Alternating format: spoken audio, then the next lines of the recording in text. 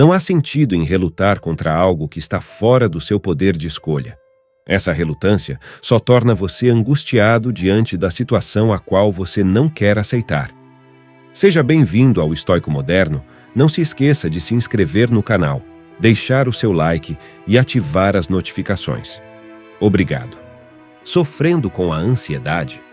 Transforme sua vida com o nosso curso em vídeo Combate à Ansiedade. Este curso prático e envolvente lhe ensinará técnicas eficazes para gerenciar e reduzir a ansiedade.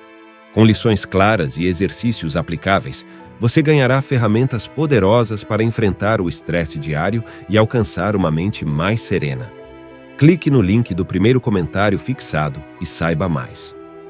Agora vamos ao conteúdo de hoje. Ainda que pareça mentira, desde os tempos de Sêneca, um intelectual do Império Romano no começo da era cristã, já se falava de ansiedade. Claro que o sentimento não tinha esse nome, nem existia uma ciência para investigá-lo, como a psicologia faz hoje. Os filósofos daquele tempo, no entanto, costumavam ocupar seu tempo refletindo sobre os comportamentos dos seres humanos. Nesse processo, eles conseguiram criar muitas estratégias para intervir da melhor maneira possível nas situações do dia a dia, dentre elas as maneiras de lidar com a ansiedade. Sêneca, que foi senador da República durante um período de conflitos e decadência dentro do Império Romano, presenciou os governos de Tibério, Calígula, Cláudio e Nero. Ele foi até mesmo tutor e conselheiro deste último, que é, sem dúvida, um dos mais odiados imperadores romanos. Além disso, Sêneca foi também um dos principais representantes da escola filosófica dos estoicos. Os membros dessa corrente tinham um interesse especial em refletir sobre a moral e os costumes. Isso faz bastante sentido se lembrarmos que aqueles tempos foram caracterizados por uma enorme degradação ética, que eventualmente acarretou na destruição do império. Sêneca, como todo bom estoico, buscou viver uma vida virtuosa. Foi um homem inteligente que sempre foi reconhecido como uma mente privilegiada por seus contemporâneos. Sua principal obra foi Cartas, escrita quando havia saído do governo de Nero e estava sendo perseguido por ele. Esse grande filósofo via como muitas pessoas viviam imersas em preocupações, o que hoje damos o nome de ansiedade. Diante dessa observação, ele disse: "O que eu aconselho é que não seja infeliz antes da crise chegar, já que pode ser que os perigos que tanto teme nunca o alcancem, e certamente, até então, ainda não o alcançaram." Desse modo, já dizia o que algumas correntes da psicologia certificaram tanto tempo depois. A ansiedade é o sentimento de esperar o pior, sem que isso tenha acontecido. Em outras palavras, trata-se de uma percepção subjetiva que nos leva a esperar o pior, a viver em função de algo ruim que ainda não aconteceu. Sêneca ainda agregou outro pensamento à reflexão anterior. Temos o hábito de exagerar, ou de imaginar, ou de antecipar a dor. Em outras palavras, começamos a sofrer antes mesmo de existir qualquer motivo para tanto. O simples fato de antecipar uma dor já nos faz ficar em companhia da mesma, ainda que ela esteja bem longe de chegar ou que nunca efetivamente chegue. Assim é a ansiedade, um estado de antecipação que espera, sofrendo, que um dia o sofrimento chegue. Dizem que é estar doente do futuro.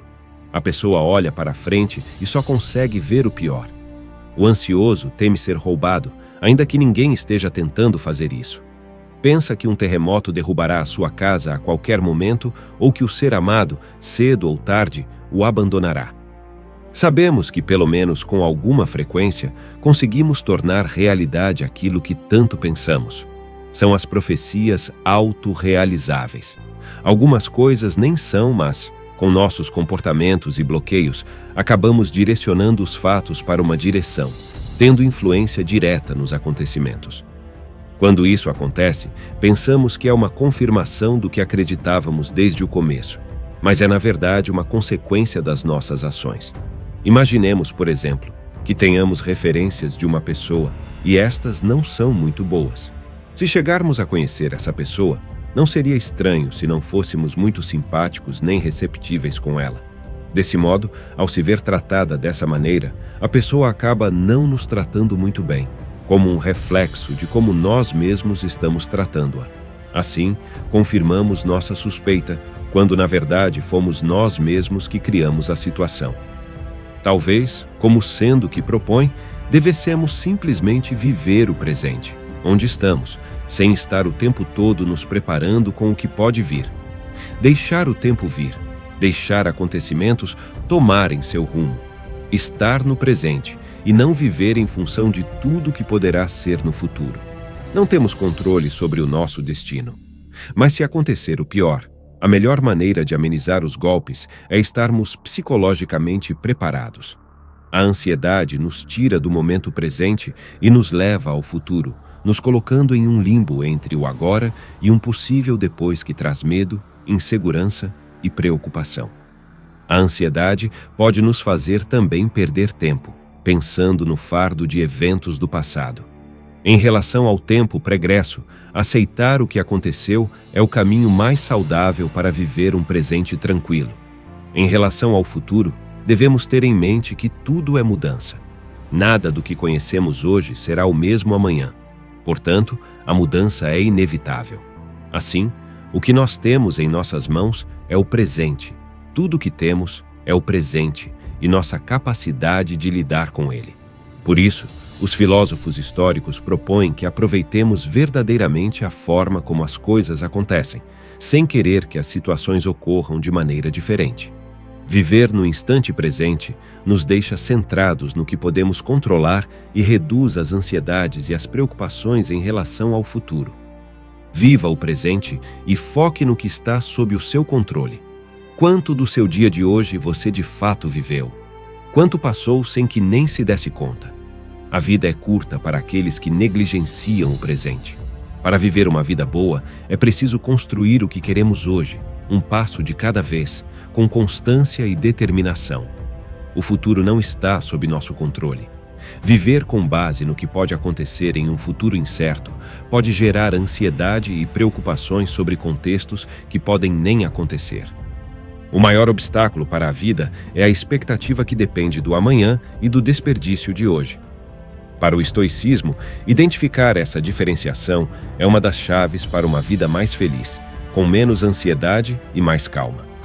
Agir de acordo com o que está e o que não está sob o nosso poder é o que a filosofia histórica entende por dicotomia do controle. As ações dos outros também não estão sob o nosso controle, mas podemos controlar nossa reação a elas. Por exemplo, isso é parte da nossa ação. A resposta a qualquer acontecimento está sob nossa gestão. Não podemos determinar a opinião dos outros sobre nós, mas podemos focar em agir de forma honesta e virtuosa. É perfeitamente razoável considerar críticas boas e bem fundamentadas sobre nós mesmos. Aceite-as com gratidão e faça um bom uso delas. A questão é que você deve parar de se preocupar com a opinião de pessoas sábias, mas respeitá-las. Aceitar críticas não implica que você deva ser uma pessoa sempre preocupada com as opiniões dos outros. Não é sobre estar preocupado, mas sim respeitar e observar todas as opiniões e ideias válidas. Você deve ser uma pessoa virtuosa que aceita a orientação de indivíduos virtuosos. Você não precisa de validação externa, mas pode considerar críticas para o seu desenvolvimento pessoal. O que a filosofia estoica propõe é que nós devemos pensar a todo momento: o que está sob meu controle agora para que eu possa construir uma vida melhor? Não há sentido em relutar contra algo que está fora do seu poder de escolha. Essa relutância só torna você angustiado diante da situação a qual você não quer aceitar. Quando algo acontecer com você, pergunte a si mesmo se você pode ou não fazer alguma coisa a respeito. Se a resposta for não, se for algo que esteja sob o controle do destino, então o que devemos fazer é praticar a aceitação. Se você quer aproveitar melhor sua vida e viver no presente, lembre-se, o seu tempo de vida é finito. Não sabemos quando vamos morrer, por isso não devemos desperdiçar o nosso tempo com atividades que não faríamos caso o nosso último dia estivesse perto.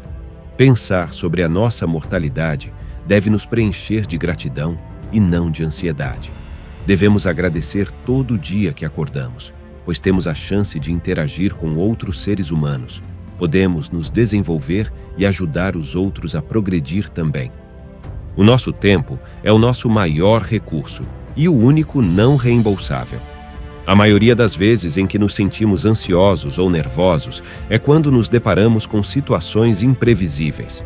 Contudo, não são as situações que perturbam o nosso estado de tranquilidade, são nossos julgamentos e a forma como reagimos a acontecimentos.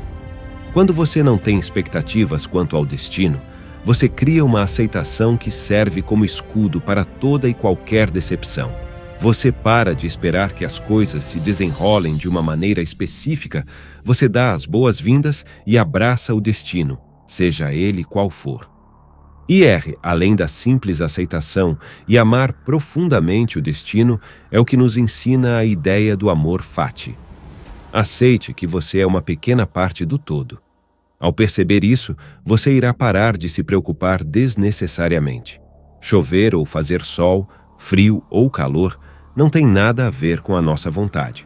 Portanto, só nos resta aceitar os acontecimentos e fazer o melhor deles com tranquilidade. Você é uma peça pequena em uma série imutável de coisas que se desenrolam em sequências eternas de causa e efeito. Quanto mais cedo você aceitar essa realidade de que controla pouco do mundo, melhor saberá lidar com a ansiedade de fracassar ao tentar prever o futuro incerto.